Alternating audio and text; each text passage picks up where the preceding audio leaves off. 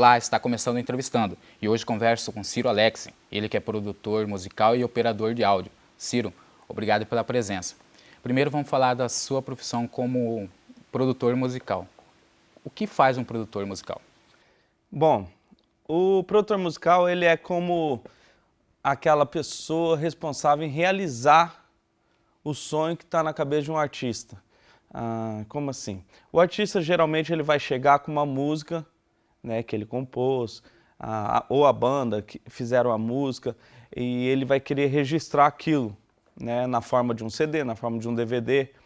Então, ele vai precisar de uma pessoa que oriente dentro do estúdio, porque tocar para público, palco é uma coisa. Você entrar dentro do estúdio para poder fazer essa gravação é uma coisa diferente.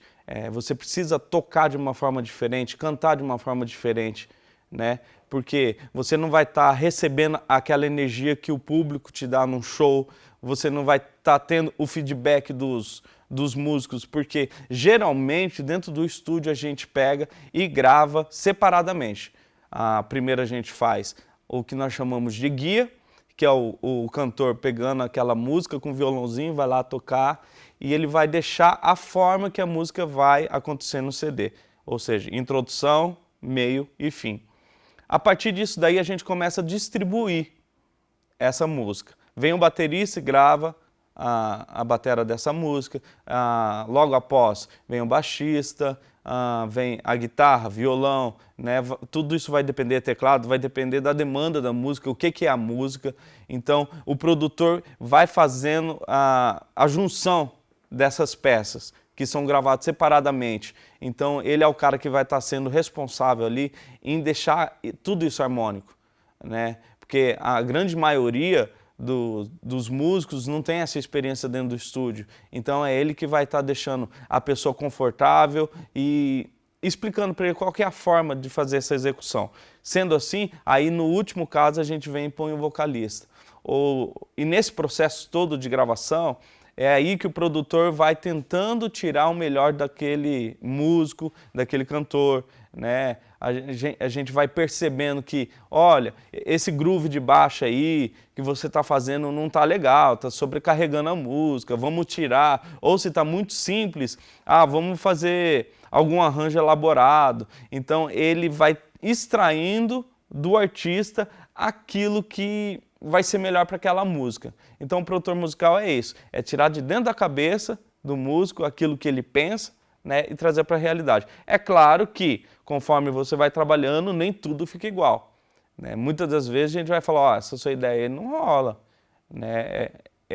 Vamos por este caminho aqui que vai ser melhor, vai ser mais fácil, né? Ou vai ser bem mais compreendido a sua música. Então, esse é o trabalho do produtor musical dentro do estúdio. Ou seja, eu tenho que entregar a minha característica, porque se um dia você me procurar para produzir um álbum seu, uma música sua, é porque você quer alguma característica musical minha, né? Mas eu não posso interferir na sua identidade musical. Eu tenho que levar minha característica para dentro da sua identidade musical, né? Para que você não seja um artista fake, um artista falso. Porque aí eu coloco só aquilo que eu gosto e quando você for ter que expor seu trabalho, não vai ser você. Então, esse é o trabalho. Eu levar minha característica para dentro da sua música, preservando a sua identidade. Então, o produtor musical, basicamente, dentro de todo o processo musical, faz isso aí dentro do estúdio. E quando você começou a trabalhar como produtor musical, Ciro? Bom, a produção musical ela veio muito depois na minha vida, porque eu comecei e sou até hoje músico, né, baterista, então aquelas bandas de adolescente onde a gente reúne os amigos. Eu comecei uma banda porque eu tinha um irmão que tinha comprado uma guitarra e não tinha com quem tocar. Eu falei, não, então vamos montar uma banda, cara, e vamos fazer o negócio acontecer. Então esse lance de começar a fazer as coisas começou a despertar sem eu saber o que era. Aí montamos essa banda, e essa banda a gente sempre se reunia aos sábados. Foi o grande projeto da minha adolescência e juventude, foi essa banda, uma banda chamada Skyway que eu tive durante muito tempo. E e a gente se reunia todo sábado para conversar e entrava dentro de uma edícula de uma casa de um amigo nosso e lá a gente montava todos os instrumentos e começava a tocar. E foi quando eu percebi que muitos dos meus amigos ali junto tinham as ideias, mas não conseguia colocar aquilo em prática. Né? O guitarrista falava, poxa, eu tenho aqui um riff legal, né? O que é um riff? É uma junção de notas de guitarra que vai se repetindo, então aquilo se torna um riff. Eu tenho um riff legal, mas e aí, como que a gente vai fazer? Aí eu começava a pensar, poxa, vamos pôr nessa parte da música, ó, isso aí que você está fazendo é legal para introdução. Né? Então, sem querer, eu ia captando a ideia deles e ia ajudando, né? Não que eu fazia tudo sozinho, mas eu ia ajudando a compor uma música. As composições geralmente eram minhas. Eu como músico, eu sou baterista.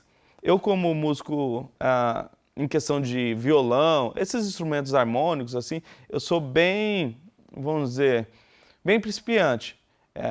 Muita gente pergunta, você toca violão? Eu falo, cara, violão basicamente eu toco para compor, para eu criar a minha estrutura musical. Então eu entregava para eles algo simples, né? As minhas músicas chegavam para eles de uma forma bem simples, que era a minha realidade musical no momento. Aí conforme eles iam dando a ideia, a gente ia começando a montar esse quebra-cabeça, né? Então dentro da banda chegou um ponto que tudo o que ia fazer, Ciro, e aí, tá legal isso? Ciro, não tá legal? Dá para fazer assim?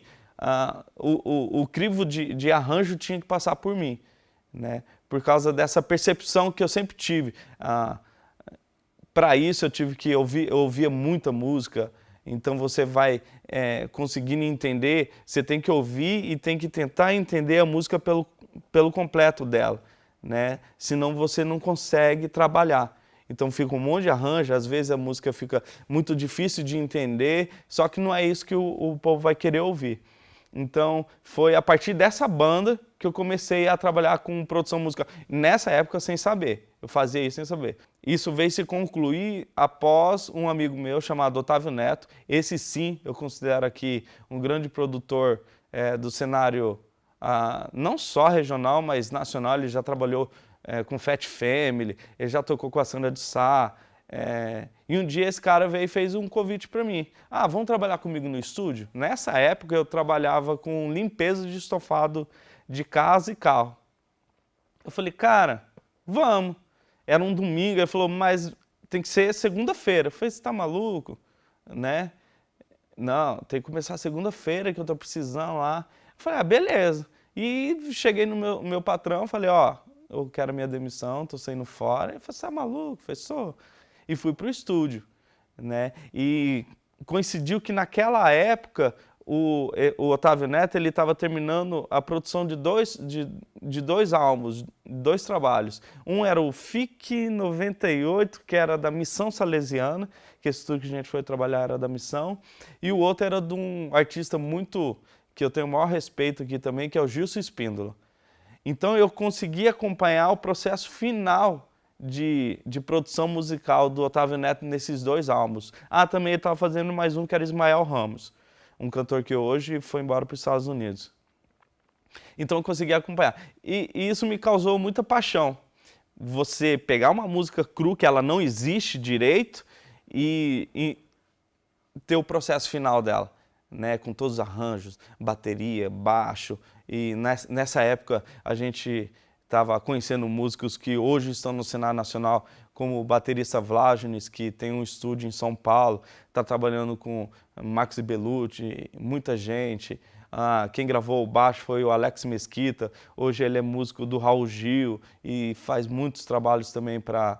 já trabalhou com o Fernando Sorocaba. Então eu tive a oportunidade, né, de trabalhar com esses caras que hoje aí despontam no cenário nacional. Então, esse meu início foi muito bom, com a minha banda, e depois essa oportunidade de poder entrar dentro do estúdio, e aí sim, eu saquei que aquilo que eu estava fazendo já era uma produção musical, lá com a minha banda, né? Que eu tinha essa capacidade de fazer, mas foi dentro do estúdio com o Otávio Neto que eu comecei a entender essa parte mais de, vamos fazer, agora não tem jeito, tá dentro do estúdio, tem que fazer. Então foi mais ou menos assim que eu comecei a carreira de produtor musical. Sabemos também que você é operador de áudio, Ciro. O que isso ajuda na profissão como produtor? Então, quando o Neto me chamou, Otávio Neto, o Neto me chamou, ele não me chamou para ser produtor musical. Eu não tinha esse gabarito, né? Ele me chamou para ser operador de áudio, porque assim, ele tinha que fazer as produções.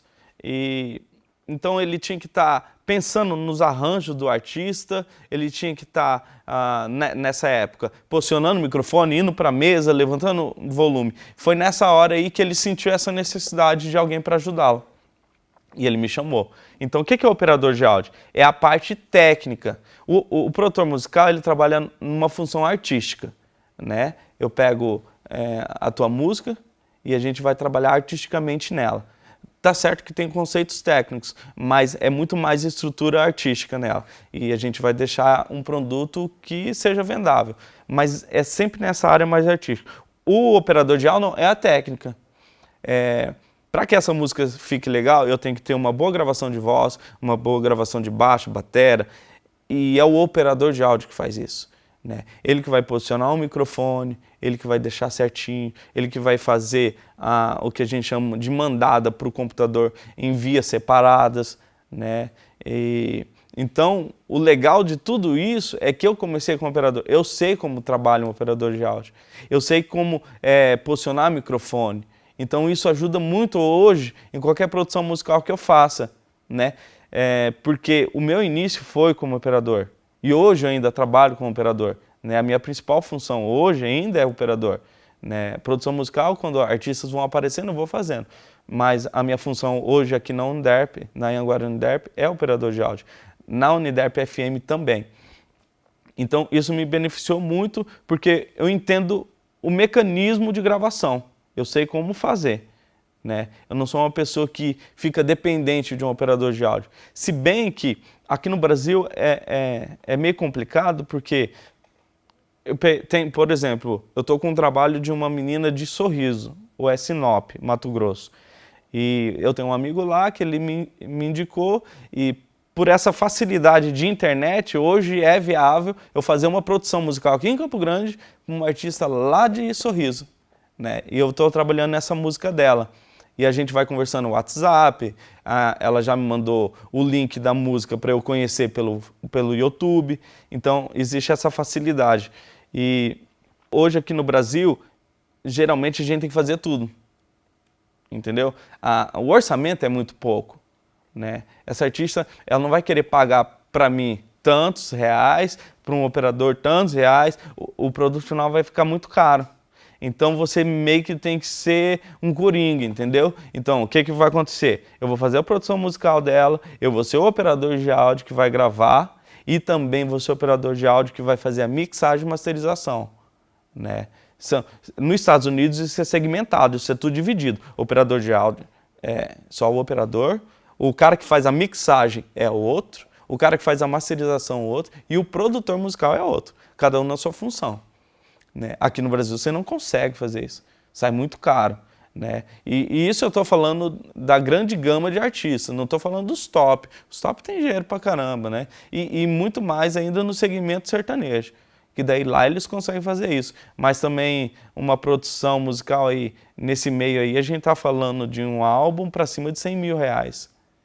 Né? E aqui, dentro de Campo Grande, um álbum você vai falar aí, para o artista pagar e conseguir, a gente está falando de uma faixa de 10 a 20 mil reais.